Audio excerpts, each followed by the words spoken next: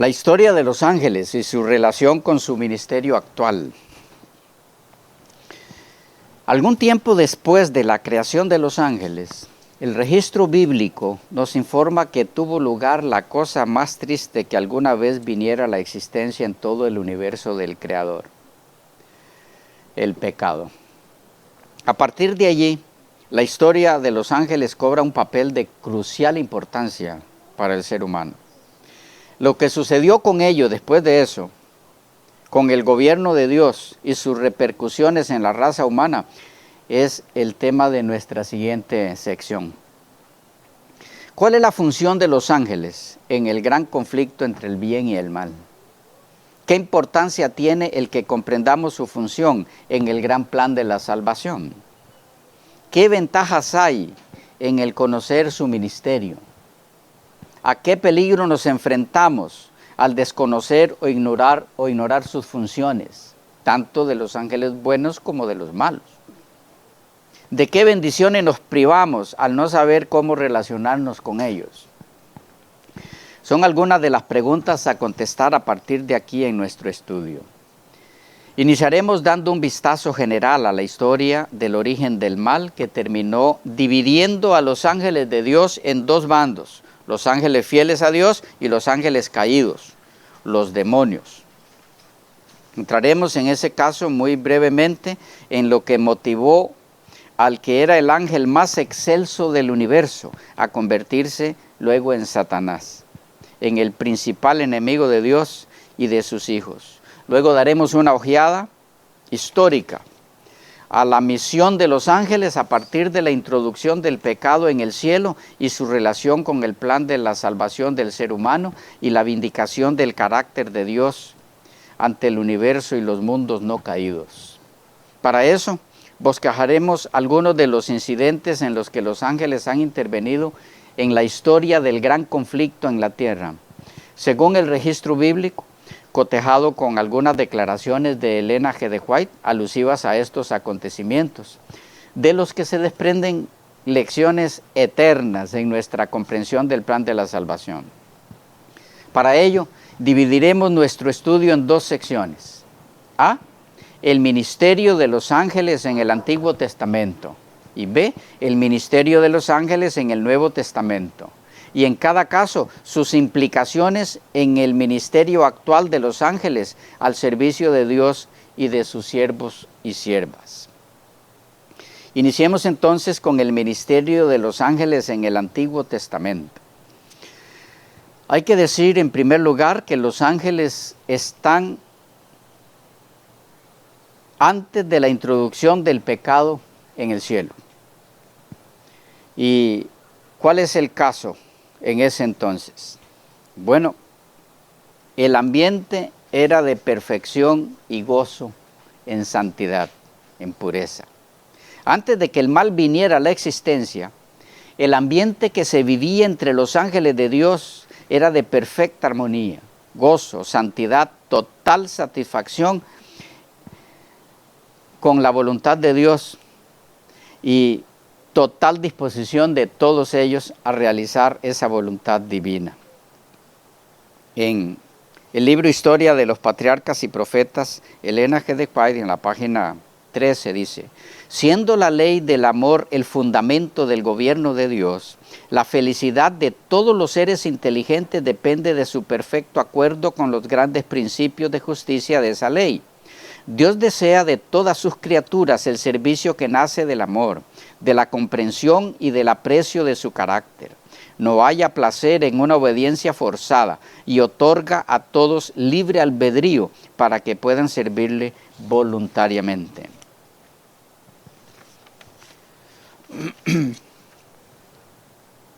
En el mismo libro dice: mientras todos los seres creados reconocieron la lealtad del amor, hubo perfecta armonía en el universo de Dios.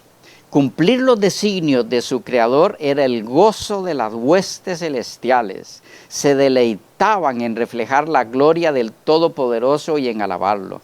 Y su amor mutuo fue fiel y desinteresado, mientras el amor de Dios fue supremo. No había nota discordante que perturbara las armonías celestiales. Y en el conflicto inminente, página 6 de la misma Elena de White, dice: antes de la aparición del pecado había paz y gozo en todo el universo. Todo guardaba perfecta armonía con la voluntad del Creador. El amor de Dios estaba por encima de todo y el amor de unos a otros era imparcial. Como podemos ver, el ambiente era como llegará a ser cuando ya no exista el pecado. ¿Cómo era ese ambiente? ¿Y cómo llegará a ser? Veamos cómo lo describe la inspiración a través del ministerio profético de Elena G. de White. Eventos de los últimos días, página 248. Dice: la paz y la armonía de los atrios celestiales no serán contaminados por la presencia de alguien que sea descortés o rudo. Y en la página 249, en el cielo todo es noble y elevado. Todos buscan el interés y la felicidad de otros. Ninguno se dedica a velar por sí mismo y a cuidarse a sí mismo. El principal gozo de todos los seres santos es presenciar el gozo y la felicidad de aquellos que los rodean. Mismo libro, misma página. Me pareció estar allí donde todo era paz, donde jamás pueden entrar los conflictos tormentosos de la tierra, a saber, en el cielo. Un reino de justicia donde están congregados todos los santos y puros y bienaventurados, 10,000 veces 10,000 y miles de miles, viviendo y caminando en intimidad feliz y alabando a Dios y al Cordero que está sentado en el trono. Sus voces estaban en perfecta armonía, nunca se hacen daño unos a otros. Los príncipes del cielo, los potestados de este poderoso reino, solo son rivales en el bien, en buscar la felicidad y el gozo mutuos. El mayor allí es el menor en autoestima, y el menor es el mayor en su gratitud y en su riqueza de amor. Qué tremendo esto. Dice más: no hay errores oscuros que nublen el intelecto. La verdad y el conocimiento, claros, vigorosos y perfectos, han ahuyentado toda duda, y ninguna penumbra de duda arroja su sombra funesta sobre sus felices habitantes. No hay voces de contienda que contaminen la dulce y perfecta paz del cielo. Sus habitantes no conocen tristeza, ni dolor, ni lágrimas. Todo está en perfecta armonía, en perfecto orden y en perfecta bienaventuranza.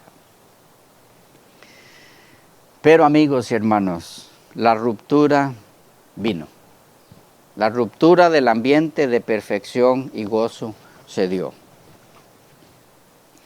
Es que a Dios no le agrada la sumisión forzosa y da a todos libertad para que le sirvan voluntariamente. Pero hubo un ser que prefirió pervertir esta libertad. El pecado nació en aquel que después de Cristo había sido el más honrado por Dios y el más exaltado en honor y en gloria entre los habitantes del cielo. Antes de su caída, Lucifer era el primero de los querubines que cubrían el propiciatorio santo y sin mancha. Así dice Jehová el Señor: tú eras el sello de perfección, lleno de sabiduría y consumado en hermosura. En el Edén, jardín de Dios estaba, de toda piedra preciosa era tu vestidura. Eras el querubín ungido que cubrías con tus alas. Yo te constituí para esto. En el santo monte de Dios estabas. En medio de las piedras de fuego te paseabas. Perfecto eras en tus caminos desde el día en que fuiste creado hasta que la iniquidad fue hallada en ti. Ezequiel 28, 12 al 15, comentado por Elena de White. ¿Qué fue lo que ocurrió en la mente de este ángel? ¿Por qué se dio esta ruptura del ambiente perfecto? ¿Qué fue lo que ocurrió en la mente de este ángel, el más excelso de todos ellos? Ella dice: Lucifer habría podido seguir gozando del favor de Dios amado y honrado por toda la hueste angélica, empleando sus nobles facultades para beneficiar a los demás y para glorificar a su Hacedor. Pero el profeta dice, se te ha engreído el corazón a causa de tu hermosura, has corrompido tu sabiduría con motivo de tu esplendor, verso 17. Poco a poco Lucifer se abandonó al deseo de la propia exaltación. Has puesto tu corazón como corazón de Dios. Tú que dijiste, al cielo subiré, sobre las estrellas de Dios ensalzaré mi trono, y me sentaré en el monte de la asamblea. Me remontaré sobre las alturas de las nubes, seré semejante al Altísimo. Ezequiel 28:6, Isaías 14:13 y 14, versión moderna. En lugar de procurar, continúa diciendo Elena de White, que Dios fuese objeto principal de los afectos y de la obediencia de sus criaturas, Lucifer se esforzó por granjearse el servicio y el homenaje de ellas, y codiciando los honores que el Padre Infinito había concedido a su Hijo, este príncipe de los ángeles aspiraba a un poder que solo Cristo tenía derecho a ejercer. ¿Cuál fue el problema de Lucifer en sí? La última frase de la cita anterior nos da la clave para dar con la verdadera causa del problema de Lucifer en el cielo. La declaración inspirada dice, este príncipe de los ángeles aspiraba a un poder que solo Cristo tenía derecho a ejercer. Notemos algo aquí. El problema de Lucifer no era originalmente con el Padre, sino con Cristo, el Hijo de Dios. ¿Por qué esto así? ¿Qué fue lo que llevó a Lucifer a medir su poder y autoridad, su rango, con el del Hijo de Dios? ¿Por qué no se mira esta misma medición de rango entre Lucifer y Dios el Padre? Entender esto es fundamental para poder comprender lo que ocasionó la rebelión de Lucifer y lo convirtió finalmente en Satanás, lo que hoy es.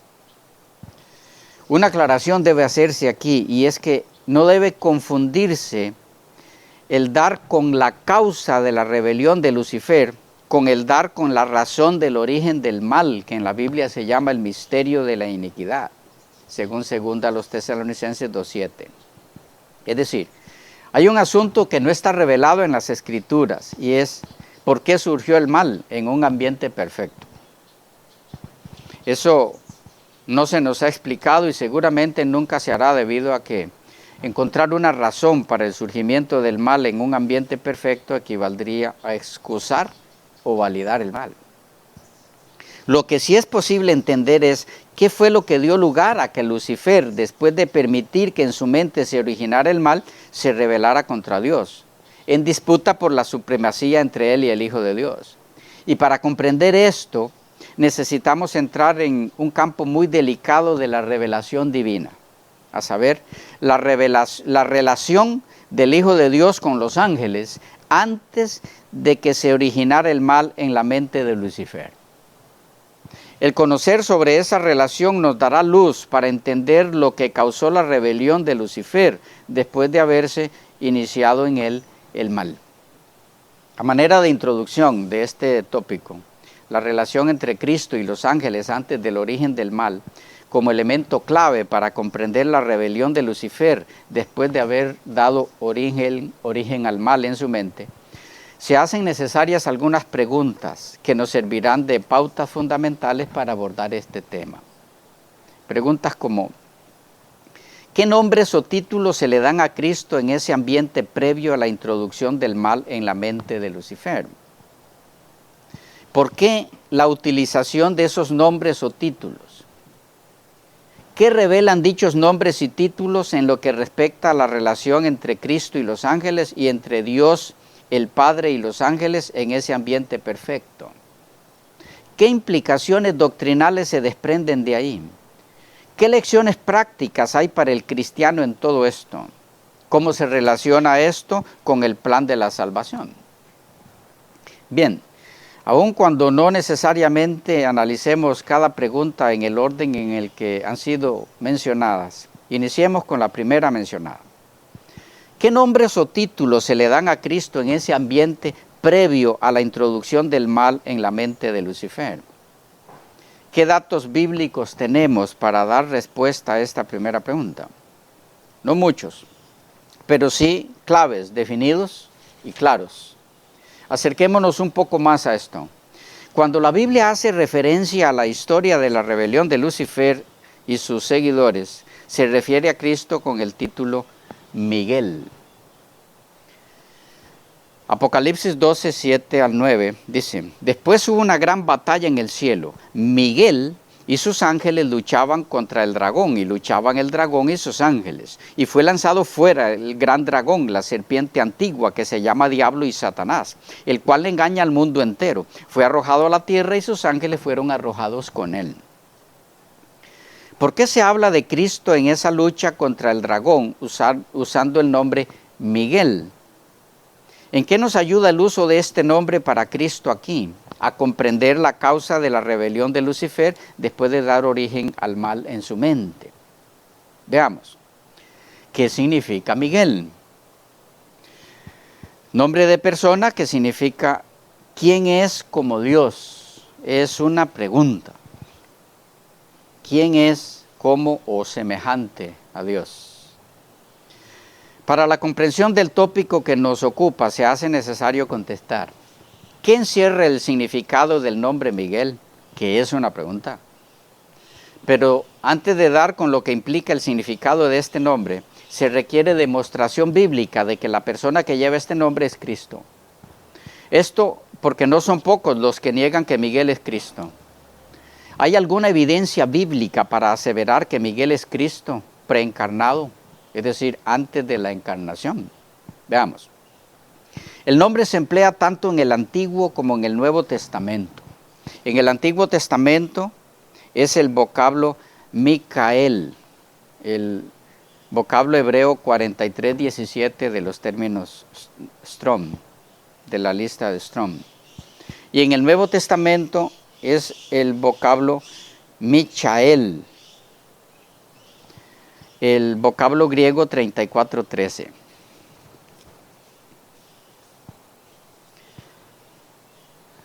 Ahora, siendo que este no es un estudio sobre la persona de Cristo, su obra y sus nombres y títulos, sino sobre los ángeles, porque esa es otra serie aparte sobre la persona de Cristo, nos limitaremos a dar dos razones bíblicas como evidencia de que Miguel es Cristo antes de su encarnación. Una, el título príncipe aplicado a Miguel. La expresión príncipe de los príncipes aparece únicamente una vez en el registro divino, y es en Daniel 8:25. En la visión contemplada por Daniel, un poder enemigo se engrandeció frente al príncipe de los ejércitos.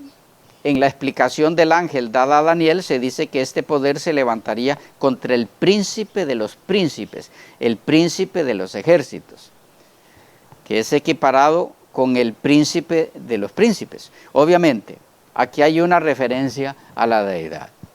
La expresión es similar a otras expresiones halladas en la palabra de Dios.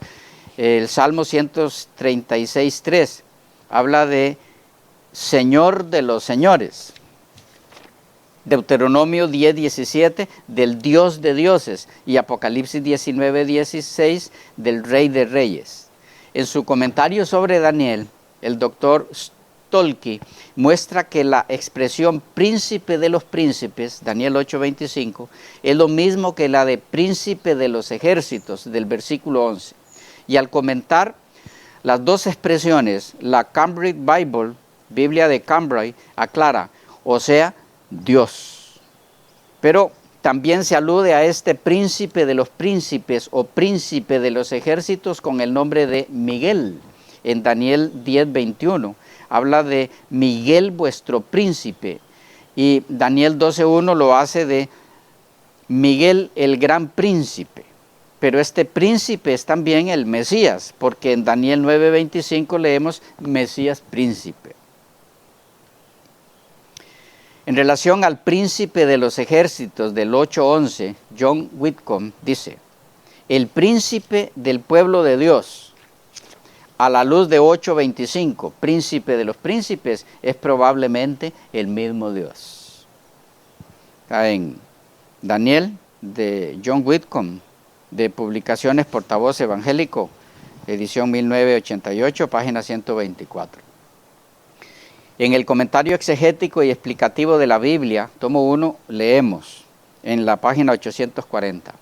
Aún contra el príncipe de la fortaleza, es decir, Dios mismo, el Señor de Sabaoth, las huestes del cielo y de la tierra, estrellas, ángeles y ministros terrenales.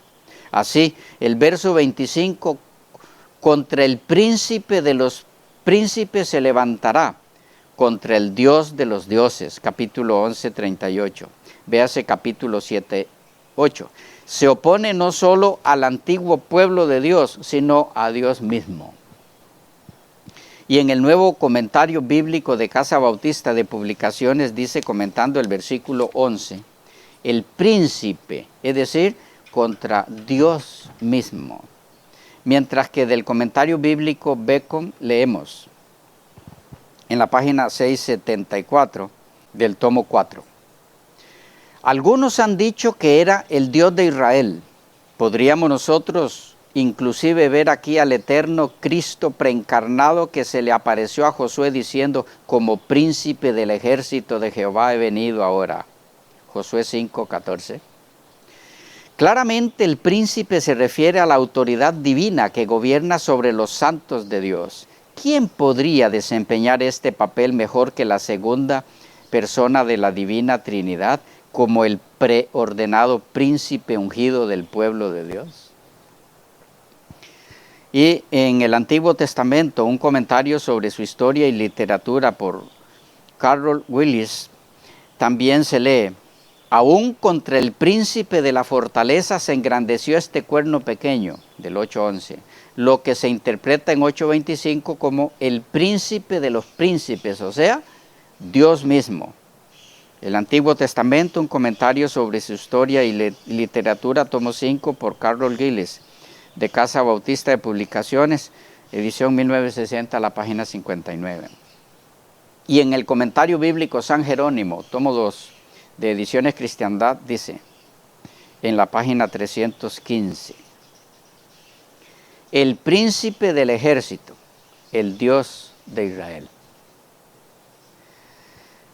Bien, de mucha importancia es el recordar que este príncipe de los ejércitos del 8, 11 y 25 es llamado en el 10:21 Miguel vuestro príncipe. Por lo tanto, si este príncipe de los príncipes es Dios mismo, pero a la vez es Miguel, entonces Miguel no puede ser un ser creado, no puede ser el más excelso de los ángeles creados, como muchos insisten, porque por excelso que sea un ser creado, no es Dios. Si el príncipe de los príncipes es alusión a Dios mismo, y si este príncipe a la vez es Miguel, entonces Miguel solo puede ser Cristo preencarnado. Joseph Parker expresó esto claramente así. Miguel era conocido entre los antiguos judíos como el ángel o príncipe que tenía la responsabilidad especial de la nación de Israel.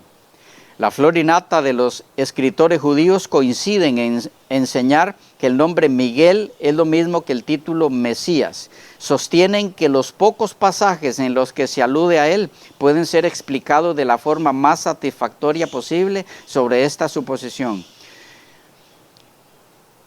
El hombre que habla en el texto era un varón vestido de lino y ceñida su cintura con oro de Ufaz. Su cuerpo era como de berilo, su rostro parecía un relámpago, sus ojos como antorchas de fuego, sus brazos y sus pies como de color de bronce bruñido, y el sonido de sus palabras como el estruendo de una multitud. Daniel 10, 5 y 6. Este es el deslumbrante y anónimo personaje que ha traído la atención de la imaginación religiosa a lo largo de todos los siglos, de los que se tiene constancia.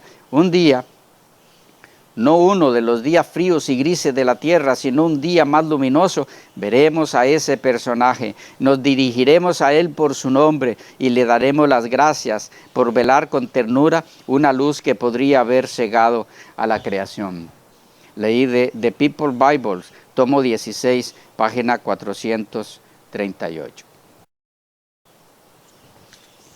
Bien, quedamos por aquí. Nos miramos en la próxima sección, si Dios lo permite. Bendiciones.